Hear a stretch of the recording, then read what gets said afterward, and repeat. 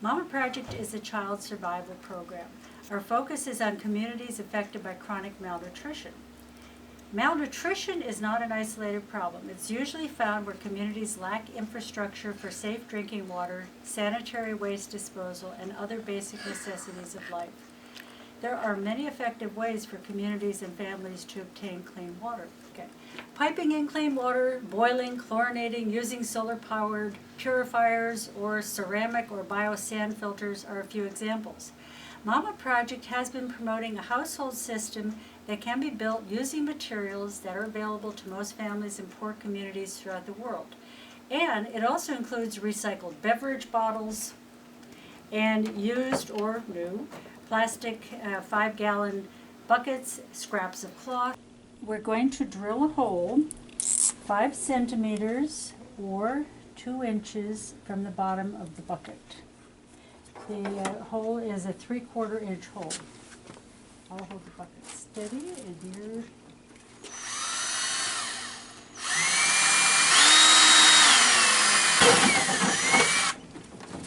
now, we're going to tell you, do not try to make this nice round hole with your pocket knife or your machete. Once we do this, we clean up the hole with a pocket knife. You could also use a piece of sandpaper to just smooth off the inside of the hole and the outside of the hole.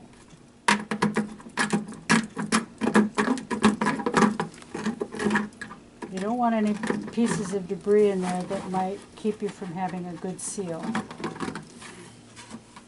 First, you drop your 2 washers in boiling water.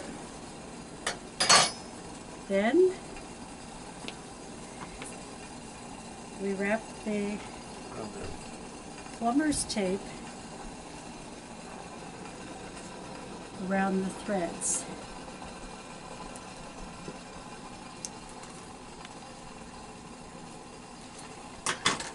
Then we get our washer out of the boiling water. We want it to be more pliable. It's a little stiff when it's real cold. Then we're going to apply the washer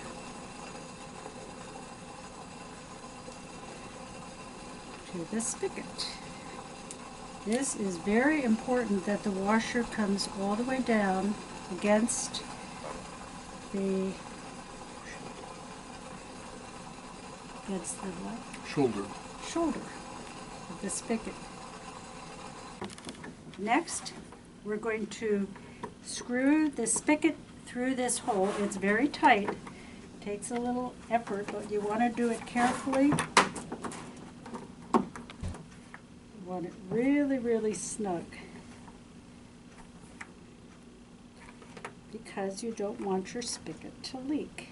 Then we take the other washer fresh out of the boiling water, stretch it, and apply it completely flat against the wall of the bucket from the inside.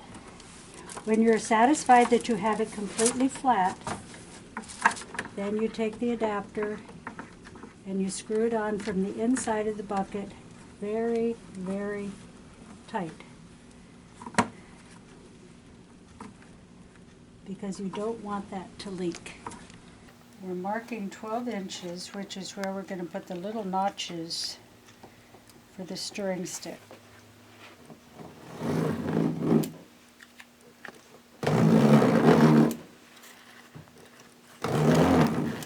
The reason I'm just drawing it towards me is the other way the teeth would catch. Doesn't really do what you want. And after you have the notch in with the saw, then you can take a knife and just cut the groove a little bit bigger.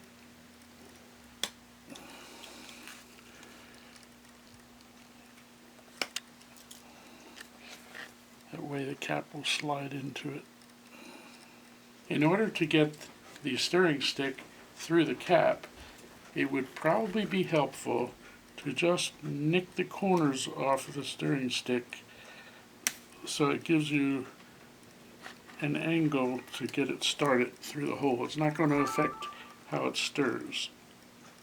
Right, what we're doing is making a slot in the cap so that the stir stick can fit through the slot snugly and can stay there without allowing bugs in and out.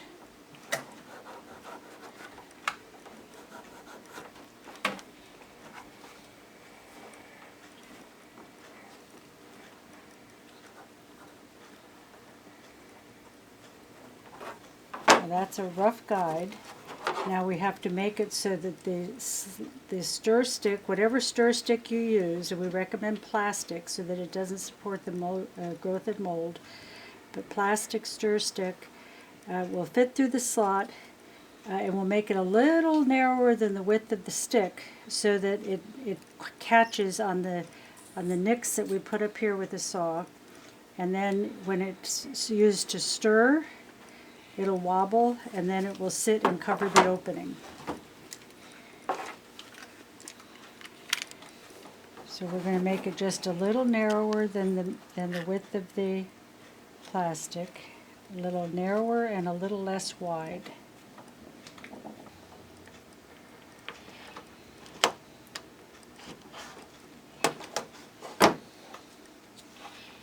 Here we have the hole. Yeah.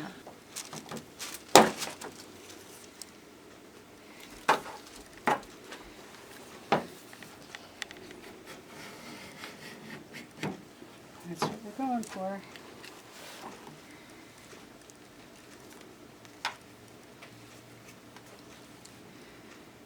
All right. Each 2-liter beverage bottle needs a 3/4 inch hole drilled in the top.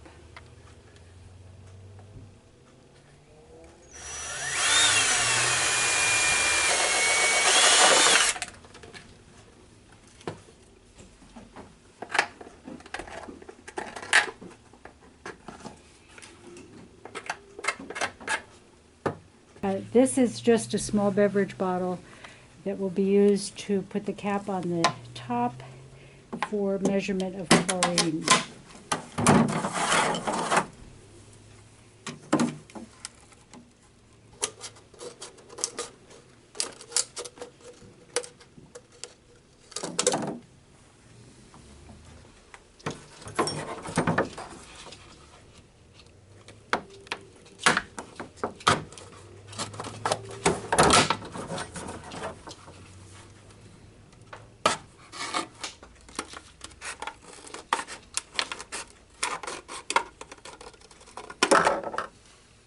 Now we're going to change the spade bit to a 1-inch bit and drill 3 holes, one in the center and one on each side of this is for the bottom lid. That'll have to be trimmed then. And then one here. One of these holes will be for the stirring stick, one will be for the filter, and one will be for the cap to measure the chlorine bleach. And don't apply much pressure to the drill because it will pop through. The lids are thinner than the sides of the bucket.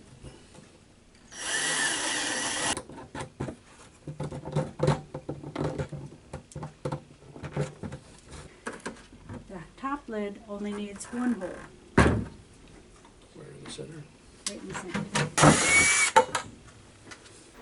These holes are going to be used to screw the 2-liter beverage bottle whose bottom has been cut off through, and then the cap of the beverage bottle, which has a hole in it that is 3/4 of an inch, is going to be screwed on from the bottom. This is going to be used as the filter. How do we make the filter? We take rags. The very important part of this is to push the rag down so that there is a dent in the middle of the rag. You do that with your fist. And all of the rag material has to remain inside the bucket. You don't want it to siphon inside the plastic beverage container. You don't want it to siphon water out over the edge and go down in. You want all of the water that is coming from the top bucket to drip through the rag so that the filter is effectively filtering the water. You cannot allow water to dribble around the edges. So the placement of the rag is actually one of the most critical things. Stir stick comes up from the bottom.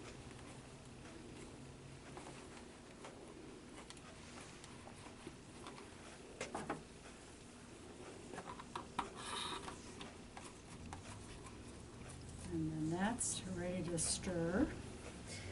And our chlorine measurer also pops up from the bottom.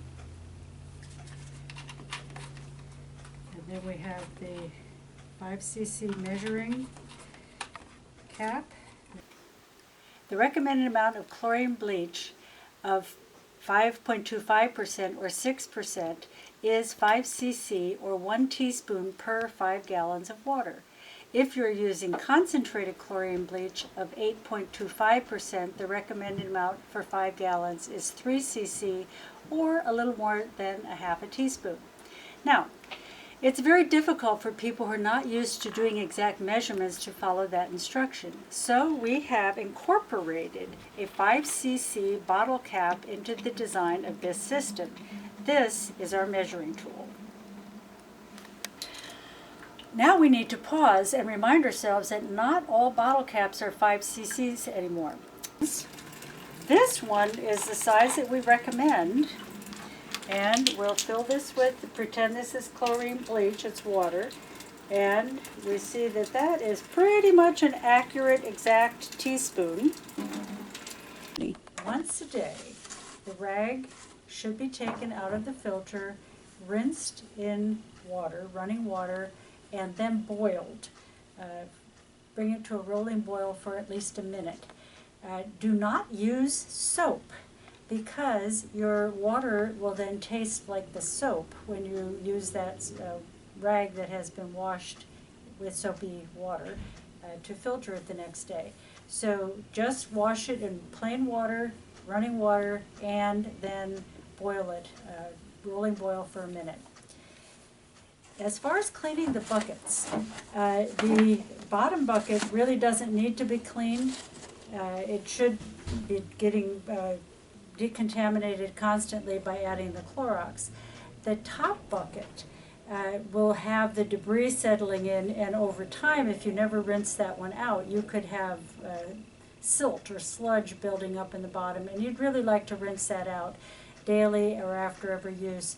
What you can do is add a little extra water, swirl it around, empty it through the spigot, or turn it upside down and empty it through the top opening. You put the lid on and you never take the lid off.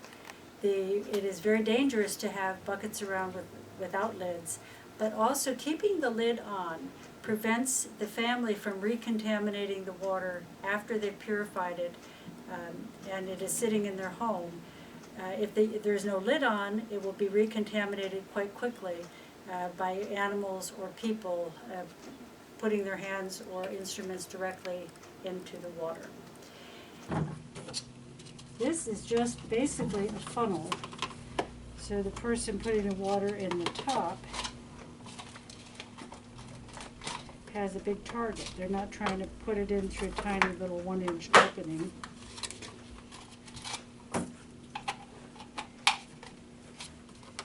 There's your funnel on the top. The top bucket is the recipient of untreated, unsafe water. Let us imagine that it is potentially contaminated with viruses such as hepatitis A that causes hepatitis. rotavirus, which causes diarrhea, or bacteria such as salmonella that causes typhoid, or shigella, E. coli, or cholera that cause diarrhea. It may also be contaminated with disease-causing parasites. Let's fill the top bucket with 5 gallons of this dirty water that is not safe for humans to drink. Now we let the bucket alone for 2 or more hours if possible. Why? Because if we let the water alone to rest, a lot of the particulate matter will settle to the bottom. This includes dirt and some of the disease-causing pathogens such as protozoa, parasite eggs. If we keep adding water, the turbulence will keep stirring up the debris from the bottom, preventing gravity from clarifying the water. So fill the bucket and then walk away. Notice that the spigot is placed 2 inches or 5 centimeters above the bottom of the bucket. This is intended to allow the spigot to decant clear water and leave behind the debris that is settled to the bottom. Do not move the top bucket, or the turbulence will pick up the dirt that is settled. After 2 hours, open the spigot to allow a slow dripping flow, about like that, to pass through the center of the cloth filter. Notice that we have made an indentation in the cloth so that the water does not have the option to flow around the cloth and escape the filtration process. There should not be water dribbling past the cloth filter. Filtration is critical to remove parasites and dirt. I would like to show you something else. We put a beverage bottle cap on the spigot with a very tiny hole in the center. We drilled the hole so that the dribble would fall in the center. If you don't do that, you see it's very hard to control where the water falls, and you will have some of the water going around the filter. You want this very small hole drilled in the center so that you can control where the drips fall. So you see with this, you now have a better control of, and you can place your filter so that the drips fall exactly in the center, and that's what you want. When the dripping from the top bucket stops, the bottom bucket is full of nice looking clean water, but it is not drinkable yet. It still has viruses and bacteria capable of making you sick. To sanitize the water in the bottom bucket, we use common household bleach, chemically known as sodium hypochlorite. Now we'll demonstrate how we add the Clorox. We don't recommend taking a big jug of Clorox and pouring from the big jug into a little cap, because you are likely to spill it and Clorox will stain your clothes. And it's also not good to get on your skin. So we would recommend that you take your Clorox, pour it into a smaller cup. If you pour it into a bottle to use every day, we would recommend that you label the bottle, because having an unlabeled bottle of Clorox is dangerous. Somebody could think it's something to drink, and that would not be good. You take your Clorox right next to the place that you're going to put it in, fill the cap,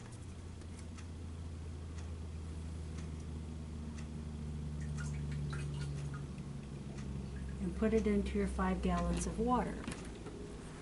You then stir it. You need to stir the chlorine in.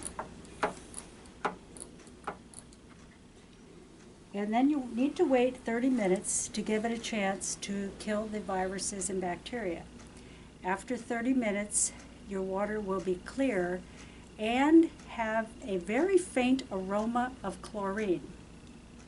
Be aware that if there is a high level of microbial contamination and or cloudiness in the water you're treating, the 3 cc or 5 cc of chlorine that you added may be used up before the water is fully purified. The sign that the chlorine is all used up is very simple. There is not a faint smell of chlorine.